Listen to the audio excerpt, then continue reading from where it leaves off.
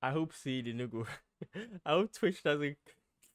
I don't know if I have to read Twitch's what's it called? Twitch guidelines for this, but we're about to get into these GFK files, man. So one of the many executive executive orders Trump signed when he came into office included the release of assassination files of JFK and Martin Luther King, Dr. Martin, Reverend Doctor. So, there's been a few back and forth. It was supposed to have come out earlier, but some activists that, it be politics, right? And some people them are names they inside, and some of those people have power now, and some of those people are not in the Republican Party, and some of those people are like, they are in the opposition, American opposition right now, and the idea basically be say they don't want those people probably don't want the list to come out, or also anything to make Trump look bad in the sense, you said you were gonna do this and you didn't do it, right? Boom. So finally, there's been some holdbacks and some still some people they out there and they don't want the files to come out. But like, let's just focus on the fact that you know there's been parts of the files that have been released. So if you go to the White House official websites, you can see that the because just for the sake of the stream, and for people who don't know what this has been about. So JFK was a president in America, I think in the 60s, right?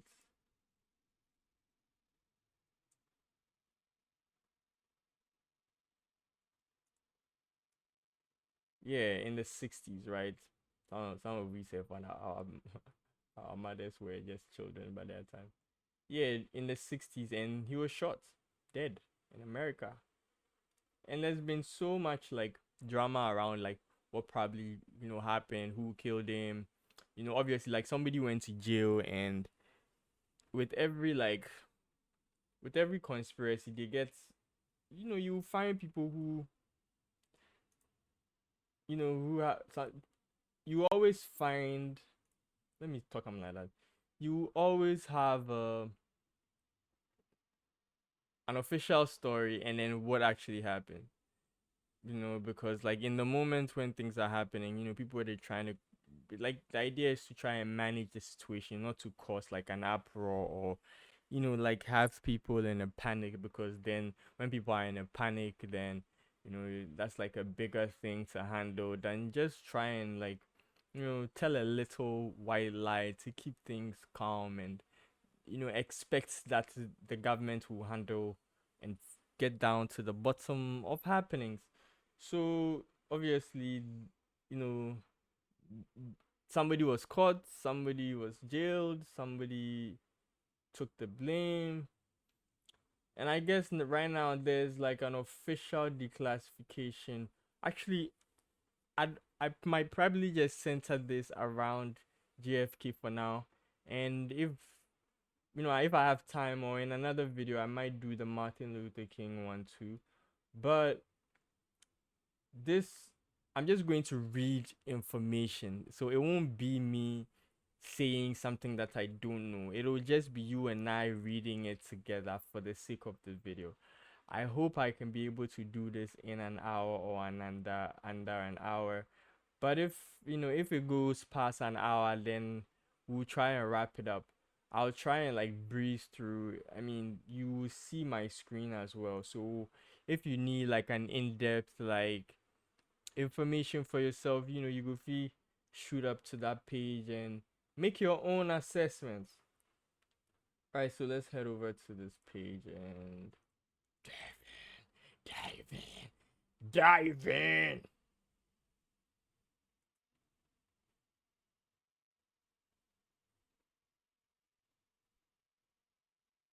All right, so boom, boom, boom, boom, boom. All right, so we're on the WhiteHouse.gov page, and the president signed this executive order to release, or actually, well, to declassify the records concerning the assassination of President John F. Kennedy. And obviously, like, his brother was also assassinated. And also, like, so it was like a 3-in-1 release.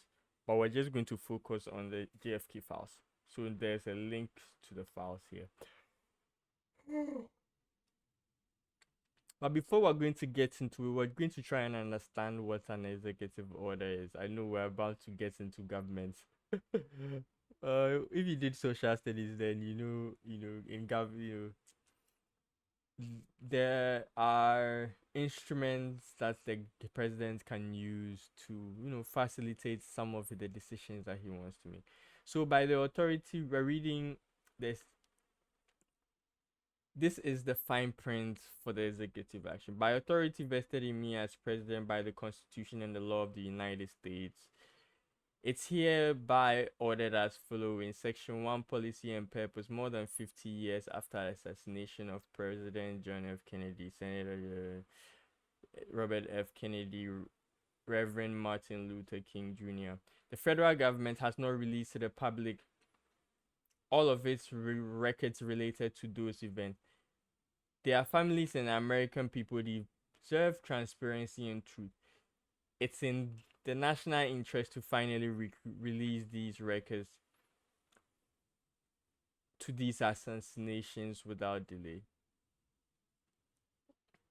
So as you see there, it's been over 50 years, and most of these things, like when time passed like that, they release the files, because it helps the dialogue, and it helps further the country, and everybody knows where they are at. And this is not the first time this has been done, so let's not make it about like Trump doing something he's not supposed to. The President John F. Kennedy Assassination Record Collation Act 1992 requires all records related to the assassination of President Kennedy to be publicly disclosed in full by October 26, 2017, unless the president satisfies that 1. Continued postponement is made necessary by an identifiable harm to the military, defense, intense operation, law enforcement, or conduct of foreign affairs. 2. The identifiable harm of such gravity that outweighs the public interest in the discourse. President John F. Kennedy's Assassination Records Act of 1992, Section 5G2D, Public Law 102, 106, Stats 3443, 3448, 49, codified at 44. So like this is just a link of where you find this act, so they have to cite it. A previous accepted proposal redaction from an executive of let me try and explain what I think this part of the executive action means. Like, we've not got into the files, we're just reading out the executive actions. Okay, so it says, as I read it, it will be fine to release the records. This was when they should have released it on October 26th, unless the president at that time finds that information in the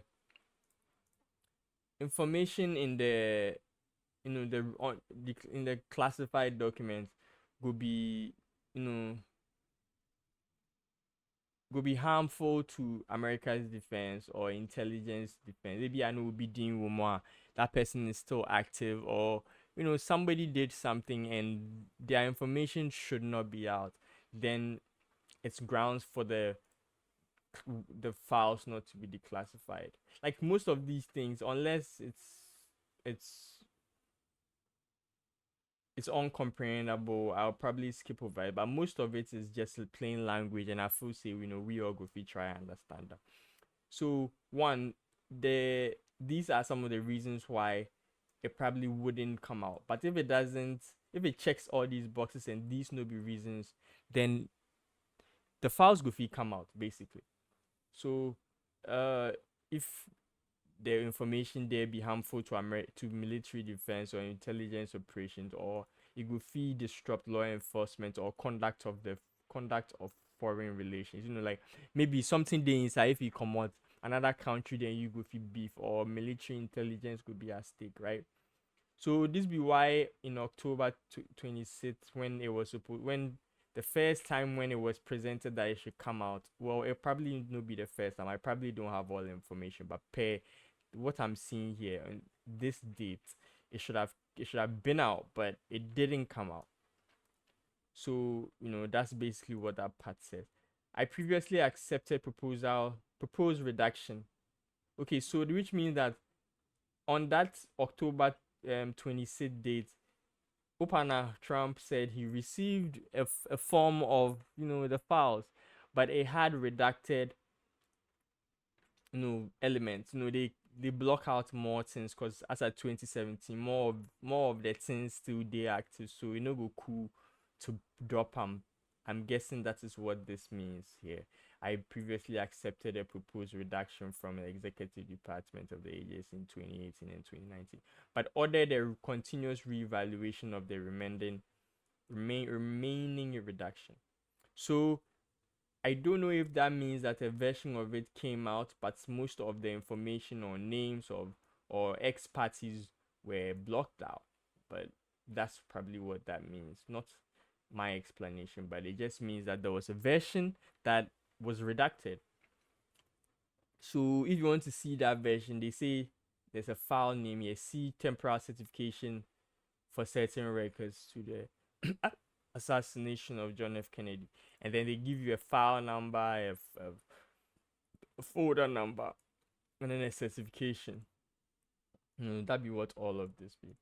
So in the presidential memorandum of April 26, 2018, I also ordered agencies to review each of those redacted. So the reason why we probably now have a version that is totally declassified, no redaction, is he ordered a presidential memorandum, like a memo, on the 26th of 2018. So he made a review all the redacted over the 3-year long, and then see if most of the redactions still be go still be military, go still hinder military defense, go still hinder intelligence defense, go still hinder international and foreign relations. So that be when, as that happened in 2020, they kicked out your man out of office, Trump. And then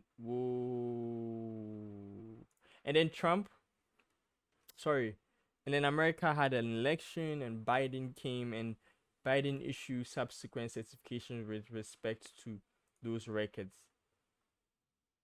And between 2021, 2022, 2023, which gave agencies additional time to review and the records and withhold information from. Oh, he did that? Hey, Biden is out here. So, which gave agencies additional time to review and withhold. Like, what does this part mean? Does it mean that, okay, so if you find something, don't put it out? So he just literally just counted Trump's order. I don't know for sure, but if that's what that means, fine. If that's not what that means, kindly correct me in the comments. So obviously there's a version of that too. So they link that. It says C, certification of disclosure of information in certain records to the assassination of President John F. Kennedy, and then file number, registration number, and then a date. Certification regarding disclosure of information in certain records related to another file. So like 3 revisions: Biden own, Trump in second one, and Trump in first one. So like all of these. So when Trump came back in office, he's like, this is like a timeline of how they finally got to the executive order, and then now that it's come out. I've now determined that the continual redaction and withholding of information from public records pertaining to assassination of President John F. Kennedy is not consistent with the public interest, and the release of these long-time records is overdue. So that just means, see, as Trump come back, he, in his opinion, all the withheld information and the redaction, like, it doesn't hinder any of the above, the military defense, the foreign interest. Like, if the information comes out, nobody is at stake. Like, not like nobody is at stake necessarily. Like it won't, the country no go day disarray.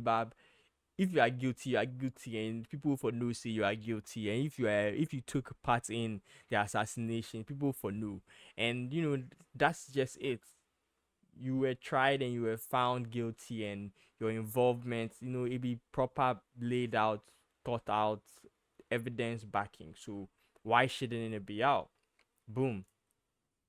So continuing, he thought that it was long overdue, and the families need closure. Charlie, 50 years, they off your relative, and you don't know what happened, And although no act of Congress directs the release of the information pertaining to the assassination of his brothers, Robert F. Kennedy, who was a senator, and the Reverend, obviously, like, these is a 3-in-1 package, because your man, release F. Kennedy, Robert Kennedy, Martin Luther.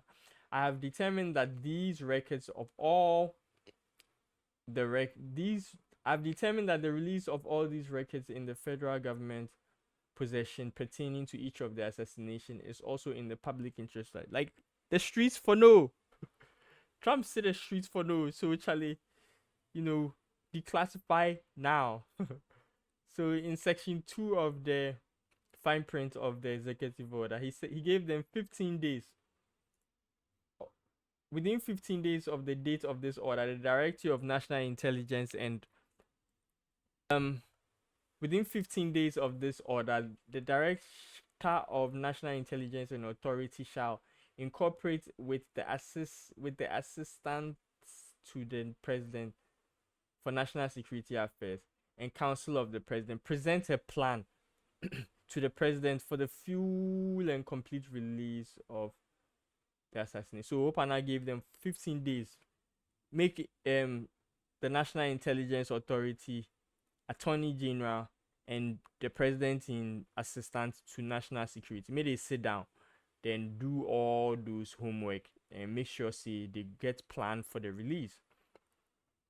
B. Within 45 days of the date of this order, the Director of the National Intelligence and Attorney General shall, in condition with assistance to the President for National Security Affairs and Counsel to the President, review the records related.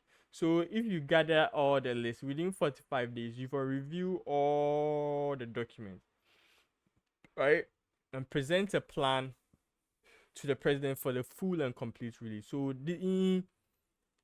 executive order is literally the order, the requirements for the execution of the order,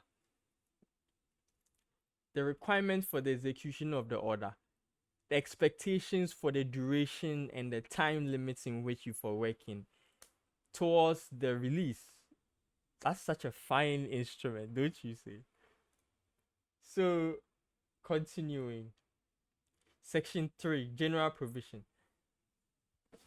Nothing in this order shall be construed to impair, otherwise affect the authority granted by the law to an executive department of the agency or head, therefore. So nothing in this, hold up, let's read that again. Nothing in this order shall construe or impair or otherwise affect the authority by law to an executive department or agency. So even if the persons or actions are of an agency, go worry the now state of the agency. That is how I understood it. If I'm wrong, teach me in the comment. 2.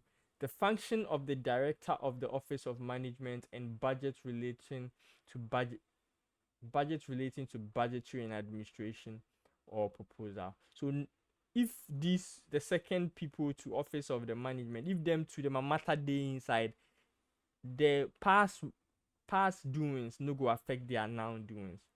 This order shall be implemented consistent with the application and subject to applicable law and subject to availability of appropriation. I don't know what that means. If anybody can help, help.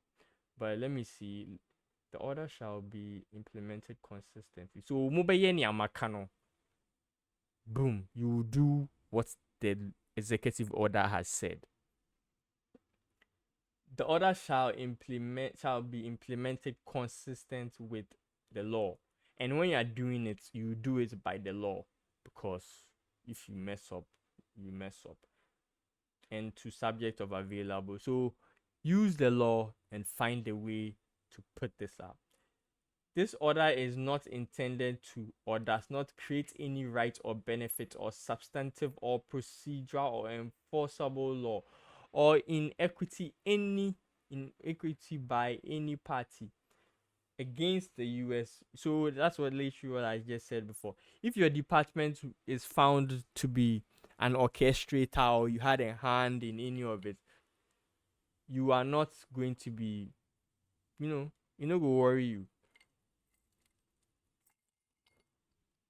The now one, no go worry you, because obviously continuity, right? And then signed by the White House January 25th. So this was the executive order. So it was signed on January 23rd. Bro, time go. Bro, shit. Alright, so it was signed on the January 23rd, 2025. And we're gonna click it says here, click here for the files. JFK files. A nation that is afraid to let its people judge the truth and falsehood is an open market. It's a nation that is afraid of its people. Makes sense, right? And John F. Kennedy said that. If you're afraid of not letting your people make their own opinions, then you have opened the market for your people to be afraid. No, you have opened the market for a nation that is afraid of its people. It's like, it's giving insecurity. Alright, so let's dive in. Read only or download to search key. Promises made per Allah. JFK matter. So as you can see there, this first page, subject is clipping of articles. The attachment article which may be pull up. Attached articles which may be of interest to you appeared in the 7th March issue of Italian Communist Party Weekly. The writer had an on and off U.S. correspondent for Italian Communist Press. Note that the section penciled in red rumor are referred that I can't really see what that says.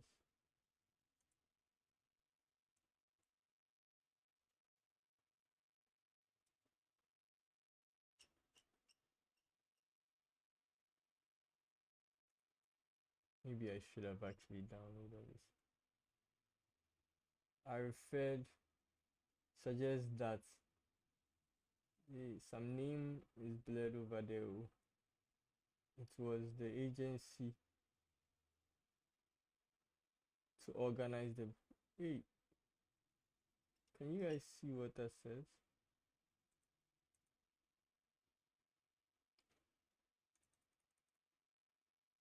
They have something blurred out here, so I can't see it. Alright, Clipping not sustained. And bro, this is dated.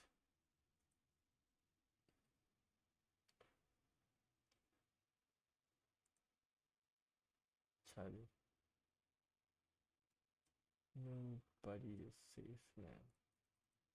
Alright, so the next page is dated August 5th, 1996. JFK assassination system. Identification form. Okay, I see what that is. Like, that is how they can qualify it. Like these are the mechanics of the orchestration. Agency CIA, that's the file, the record number, the record series. So if anything, it will be JFK then a file number, JFK then a file number. Discussions between members and SR divisions concerning Oswald's stay in Helens. So Oswald, from the background summary, was supposed to be the guy who, from the press, from the official release, shot the JFK, and he was also shot on by somebody else. Alright, we're about to get into it. Routing and record sheet. So this is how you find the file, apparently. Document number. It was filed 76. So it took them almost 10 years to pile all this up. So June 1st, 1964, this was written. A memo for the record. At 0900 this morning, I talked to Frank Freiberg, recently returned COS Helsinki Rewiring Commission. I don't know what that is. Inquiry. Okay, so there could be a committee set up, but I'm not sure. So if you know better, please advise us. The timetable of Oswald's stay in Finland in 1959 includes his contact with Soviet consulate there. Copy attached.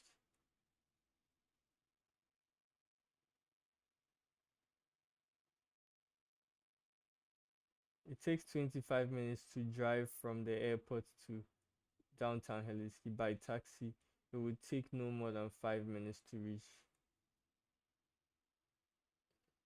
The Soviet passenger list manifest at US consulate Helsinki. Hold up, let me try and zoom this in so that we can all read it well.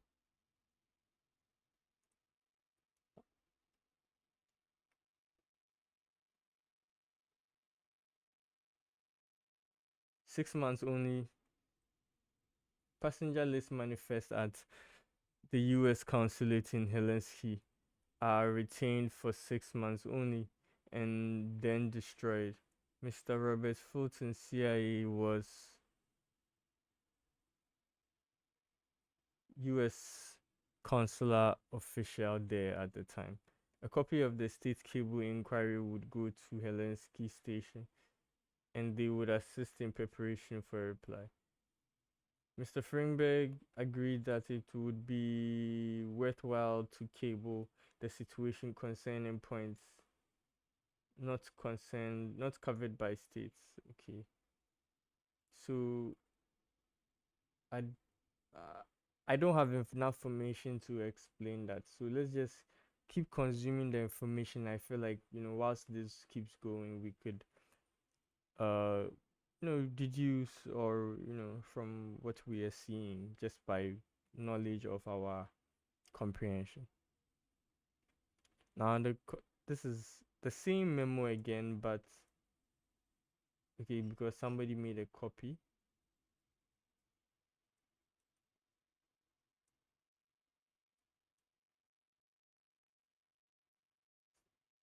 And the same memo again, but this time seems the real file. So every copy available will be filed, apparently, even if they were CC'd in quite a number of people, because sometimes when you draft the report, maybe they have to make a couple of copies. All right. So on the 9th of July 1964. So this is after it's like November, like 7 months after his assassination. So discussion with so this is the council that came together. A letter from J.L. Rankin, General Counsel of President's Commission, Mr. Dated, and I can't see, there's something written in pencil there. It's either pen or pencil, but discussion with Slauson, I can't see that. With the appropriate CSR and DGP, I met with W. David Slauson of the staff of the President Commission on the assassination of President Kennedy at 2 o'clock. On this date, the Commission's office at 200 Maryland Avenue, Washington, D.C. The purpose of the meeting was to discuss apparent inconsistency in the material provided the Commission by the CIA and by the Department of State, which were called to our attention in the letter from the General Secretary of Council of the Commission, Mr. Helms. So, by way of introduction, Mr. Slauson said that in the portion of the Commission's report, which is it the first one? Is that the page one? But let's keep going.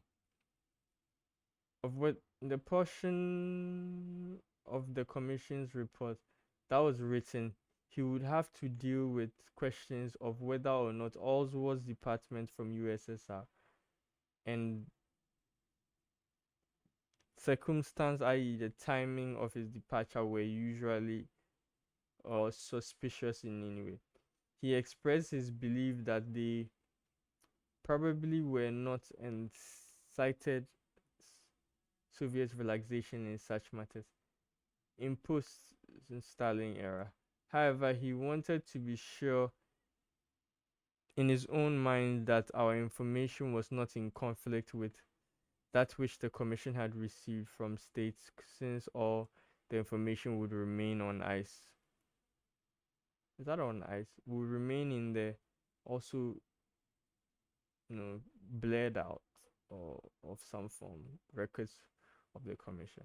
After stating my belief that there was no real disagreement or inconsistency with the information from CIA and that from the state, I expressed the view that the matter resolved itself in 3 questions. Do the Soviet authorities normally permit Soviet citizens married to foreign nationals to immigrate from Soviet Union to homelands of their spouse? So that would answer why Oswald was in America, if that is a practice of the Soviet Union spies. Correct me if I'm wrong. Do they normally permit Soviet citizens to accompany, i.e. departments from the Soviet Union? So if you're married to a foreign, do you accompany your partner? And question 3, how long does it take such a Soviet Union to get okay, so post-Stalin era, I'm thinking it was probably difficult for you to leave the country. I'm not sure about that. Educate me, please. So his ability to leave was in question, all right. So that means either they have known about this Oswald and they have monitored him, and they probably didn't know his, the directive of why. Obviously, they follow him, can reach there, but they don't know what he could do. So as the thing happened, they pick him up because obviously I did top. That is how I'm understanding it. So as they pick him up, they for try, check some boxes to make sure, see if the place where they suspect, say they come from, the Soviet, Union, spy, whatever. That is how they operate. So if they're able to establish that, then it confirms their suspicion and makes him a rightful catch. Put a pin in that. We'll continue concerning the first two questions, 3 and 3b, I pointed out that we had addressed ourselves mainly to the questions of Soviet citizens being allowed to accompany their spouses abroad, whilst states dealt only with the larger question of Soviets marrying foreign, being allowed to emigrate without reference, or whether or not they left simultaneously with or at another time with their spouse. Mr. Slauson commented that this explanation was most helpful, and he reread what both we and the state had said that night or light said in that light. Okay. By way of further explanation, I said that the statement in paragraph 6 of our memorandum on April 6 concerning Soviets being permitted to accompany their foreign spouses abroad were based on review of 26 cases, of which 10 involved Americans. In only 4 of those cases did Soviets leave the USSR in the company of their foreign husbands. 14 of these cases, the foreign spouse departed alone, and in the remainder 7, insufficient details are known to permit us to categorize them. I added that although state information began by citing the issuance of 724 quota and non-quota immigration visas by American embassies in Moscow during the period of the FY 1954 to December 1963. Okay. It did not indicate how many of these visas were from Soviet citizens who had married US nationals. State provided detailed information for only 6 cases and did not indicate in many of those whether or not Soviet was permitted to accompany the foreign spouse. Okay, so what it seems here is that they are trying to establish, it's like sometimes you get a hunch. Okay, foreign national, you come on a country, you did the space of one of president's assassination, because police say that be who they suspect took the shot.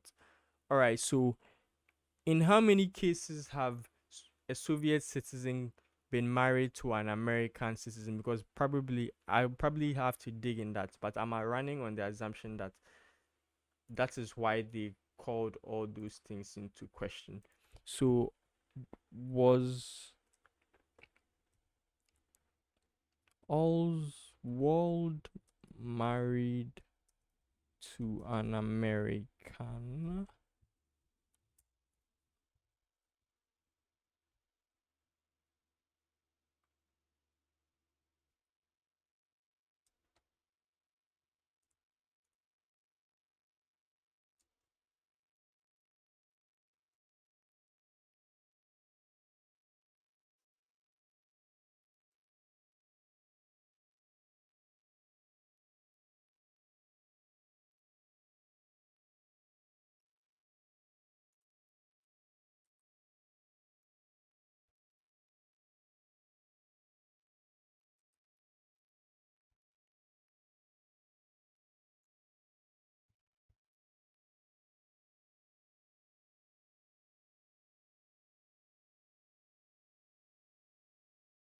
Sorry, I'm just trying to find information because I'm trying to, like, per my understanding, it would be nice if you know why the very first file is discussing why, the trend of Soviets marrying Americans and how they end up in the country.